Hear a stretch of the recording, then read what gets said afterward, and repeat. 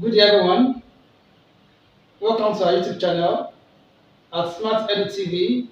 If you are new to this channel, please make sure you subscribe and click on the notification bell so that you can be informed whenever a new video is released. For our old subscribers, thank you for staying tuned. Today, we are going to be looking at a revision class on experimental physics. A revision class on experimental physics. We are going to be talking about some of the experimental tips that you are expected to know or that you are expected to have a knowledge about while answering questions on Physics 112. So today, we are going to be focusing our questions on all those experimental practices, laboratory practices, and also some of those things that we are familiar with in this our semester. Talking about the optics, the sound waves, some of the instruments we use in laboratory. These are some of the things that our question is going to be centered about, just to test our knowledge on basic experimental physics. As you all know, from our previous classes, we know the basis of the experimental physics. We understand the basics of experimental physics. But just to brush up our knowledge and our ideas on what we are trying to say. Under basic experimental physics, we are familiar with optics. Optics. We are also familiar with light, refractive index, waves, different instruments that can be used in the laboratory to take a specific task. These are some of the things that you are going to be asked about.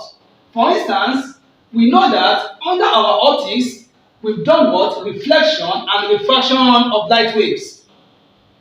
For us to have done that, it means we have to understand everything concerning reflection and refraction of light waves. What happens to light waves when it enters another medium?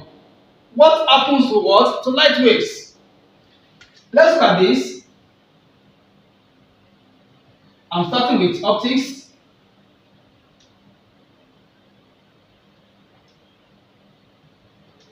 So this is that angle of incidence. This is my angle of reflection. Angle of reflection.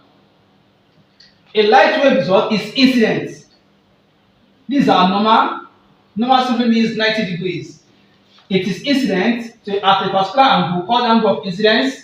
It's also reflected. And the angle at which it is reflected is called the angle of reflection. And also, if I trace this, is that okay? This is not straight, it has to be straight. Okay, I think this is better. So if I trace it, it's like the angle, it is incident on this angle and it continues. But we know that when it enters another media, this is another media entirely, there will be refraction. There will be refraction on that media.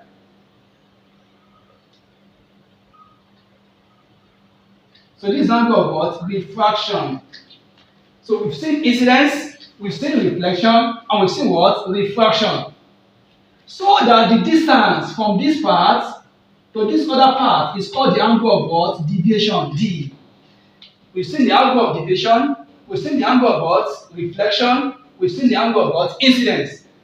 And also the angle in which the incident rays mix with the surface. This is surface. It can be a plane surface. The angle at which the incident rays mix with the surface is called the glancing angle, G. It's called the glancing angle. The angle at which the incident ray mix with the surface. That is called the glancing angle. As you can see from here, we notice that the angle of incidence is also the same thing as the angle of reflection. So please, take note of this. This is the reflection, Why this is what? Refraction. They are not the same. So let me use alpine to denote this. Let me call this alpine. So this is ordinary alp to denote what? Reflection. This is alpine to denote what? Refraction. Under laws of what? Under our laws of reflection, we know that angle of incidence is the same thing as the angle of reflection. And also, if I study this geometry, if I study this what? Geometry, you can see they form what? A perfect straight line. Using that geometry, I can say that what? The angle of incidence plus the angle of reflection plus the angle of deviation, they all lie on a straight line. They are all equal to what? 180 degrees. All equal to what? 180 degrees. Why? Their angle that is formed on a straight line.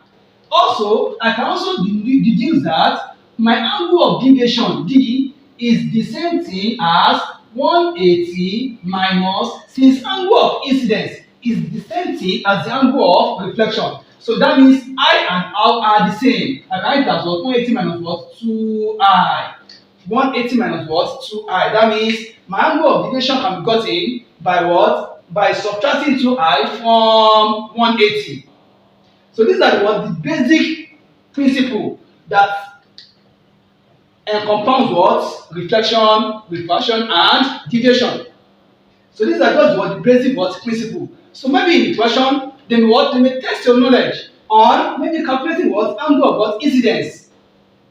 Or to calculate what? Angle of what? Deviation. Once what? Knows this formula, there is nothing you cannot what? Calculate. Just substitute what? For the angle of incidence if they are asked to calculate the angle of what? Deviation.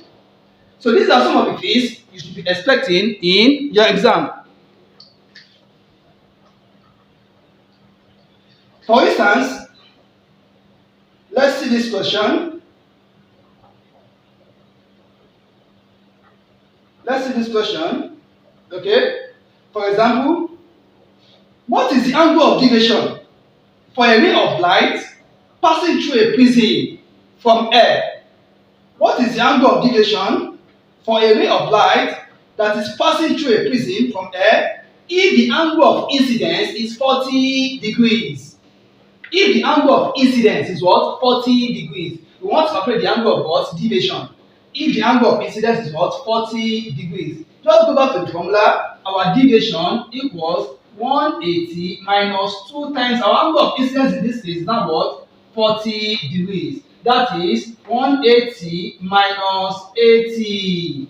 180 minus 80 is what? 100 degrees. 100 degrees. And that's the answer what? To that. So that's the what? Answer to that. So that means what? Using this formula, I can calculate what? Angle of what? Deviation. And also, if I am given angle of deviation, I can equally calculate angle of what? Incidence. Just using that what? Relationship. Also, given angle of incidence, I can actually calculate angle of what? Reflection. Also, another thing that we need to know under our basic experimental physics is how to calculate error in slope. How do we calculate our error in slope? Don't forget, our error in slope is given as what? 4W over NR. Where W is what? The width. Our W is what? Is the width. Our N is the number of observation. Number of observation. And our R is what? Range. Or we call it horizontal distance. So given, for instance, if W, for instance, let's say our W equals, let's say 3, our N equals 5, and our R equals, let's say 4. Our R is what? 4. I want to calculate error in what? Slope. So my error will be equal to what? 4 times, our W is what? 3. Divided by N. Number of observation is what? 5 times. Our R is what? Range, which is what? 4. So that means I'm having 12 over what? 20. So my error in slope will be equal to what? 12 over what? 20. 12 over what? 20. So which is what? 0.6. 0.6. 0.6, that's what 12 over what? 20. So that means our error in slope is what? 0.6. So please always remember to calculate error in slope using the range method. We use 4W over what? And R. Also, we should also be what? Familiar with our what? Our mirror formula. There is no way you are going to talk about optics without talking about the what? The mirror formula. And what is our mirror formula? Our mirror formula is that formula that states that 1 over f equals 1 over u plus 1 over v. 1 over f equals 1 over u plus 1 over what? V. Where f is the focal length, our u is the object distance, and our v is the image distance. 1 over f equals what? 1 over u plus what? 1 over v. So please, let's take note of this what? Formula. So this formula holds to calculate what? Either focal length, either the object distance, or either the what? Image distance. So it now depends on the what? On the types of lens. Either it's going to be concave or convex that will determine the sign of this guy.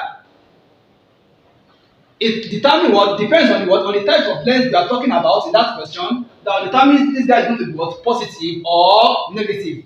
Please, let's take note of that. Also, still under our what? Our basic experimental physics, another thing we need to know, still talking about what optics, is what? The power of the what? Of a lens. The power of the what? Lens. Our power of the lens is given as what? 1 over focal length, and it is measured in delta. It is measured in what? Delta. Power of the lens is what? 1 over focal length. So please, let's take note of this. For us to calculate the power of the lens, we use the formula 1 over what? Focal length, and it's measured in what? Delta. So please, let's take note of that. So if you are given what? In the question, maybe you are given the focal length and you are asked to calculate the power of that lens. Just use the formula power of the lens equals what? 1 over any value given to you as the focal length. For instance, if the focal length is what? Is 10. If the focal length is what? 10 centimeter, our power of lens is what? 1 over what? 10, which is what? 0.1. 0.1 delta. 0.1 delta. So that's what? Power of the what? Lens. 0.1 delta. So that's the power of the what? Lens. Also, still on what? Our basic experimental physics. Still on what? Our basic experimental physics. Also, you may be asked, what is the purpose of a control group in an experiment? What is the purpose of a control group in an experiment? You will notice that in the laboratory, sometimes we give groups of 4, 5, or even what? Even 6. We give out a particular group. We don't just join everybody together. We give groups so that each group has their own apparatus. What is the purpose of that control group? Number 1 is to what? To make sure that what? The result of that experiment is reproducible. To make sure that the result of that experiment is what? Is reproducible. Not that when we finish the experiment, and maybe for instance, because of this carelessness, where we have reported our what? Our observations. Maybe somebody that's careless, neglects the book, maybe in the laboratory, and what is not found. What are you going to do? So because everybody has gotten that result, that means even though 1 or 2 persons are careless with their own, that result of that experiment can still be what? Reproducible. So that is one of the what? Major what? Reason why we do experiments in groups. Another reason is to what? To provide basis for what? For comparison. To provide basis for what? For comparison. Once we have gotten our what? Our results, we will now compare the result based on my own what? My theory, based on my method. Let's compare our what? Our results. For instance, we can compare our what? Our slopes to see if we are actually what? Having something that is similar or even what? The same. We can actually what? Compare the slope. It gives room for what? For comparison. Also, It allows us to eliminate compounding variables. It allows us to eliminate what? Compounding variables. During the course of the experiment, I will notice that what? A particular result is what? Is irregular. All of us can decide to take that experiment again. We can what? All decide to take that experiment what? Again. So it means what? It allows us to eliminate what? A compounding variable. An irregular variable that is what? That can be due to what? Error. So this is one of the reasons why we conduct experiments in groups. Also, still under our basic experimental physics, what happens to a ray of light when it enters into another media? What happens to a ray of light when it enters into another media? Here is the first media, while here is the second media. What happens to that ray of light as it enters the second media? We expect the ray of light to continue like this on this straight broken line. But what do we notice? We notice that it moves close to where? Close to the normal. The refraction is it moves closer to the normal. So that means anytime a ray of light enters another media, it moves towards the normal, not away from the normal. It moves towards the normal. Okay? If a ray of light is incident on a plane mirror at angle 30 degrees, what do you think will be the angle of reflection? If a ray of light is incident on a plane mirror at angle 30 degrees, what will be the angle of reflection? Simply using the law of reflection, angle of incidence must be equal to the angle of reflection. If the incidence is 30 degrees, automatically the reflection will also be 30 degrees. So that means the angle of incidence must always be equal to the angle of reflection. Also, in the laboratory, under our sound waves, the instrument we use to measure To measure sound waves. What do we call that instrument? The instrument we use in the laboratory to measure sound waves. So that instrument is called sonometer. For those of you that have been to the lab, we use a sonometer. A sonometer is an instrument that can be used to measure sound waves by using a tuning fork. So that instrument is called sonometer.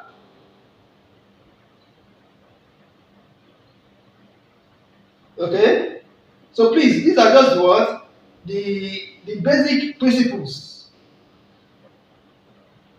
The basic principles that we need to understand before preparing for experimental physics questions. So we have to understand that basics. We have to understand that basics. Again, you may be asked that what is the frequency of tuning fork? If it produces 256 sound waves per second, what is the frequency of a tuning fork? If it produces 256 sound waves per second, so the frequency of that sound waves will still be 256 hertz. Why? Because the frequency they are in line, they are in phase with the frequency of sound waves. So since it produces 256 sound waves per second, it means that the frequency is also going to be 256 hertz. 256 hertz. So these are some of the things we are expecting in our experimental physics. Also, talking about refractive index. We can't talk about optics without understanding the concept of refractive index. We have different definition of refractive index, either in terms of the sign of angle of incidence over sign of angle of reflection, or in terms of the speed of the speed of light in air over the speed of light in water.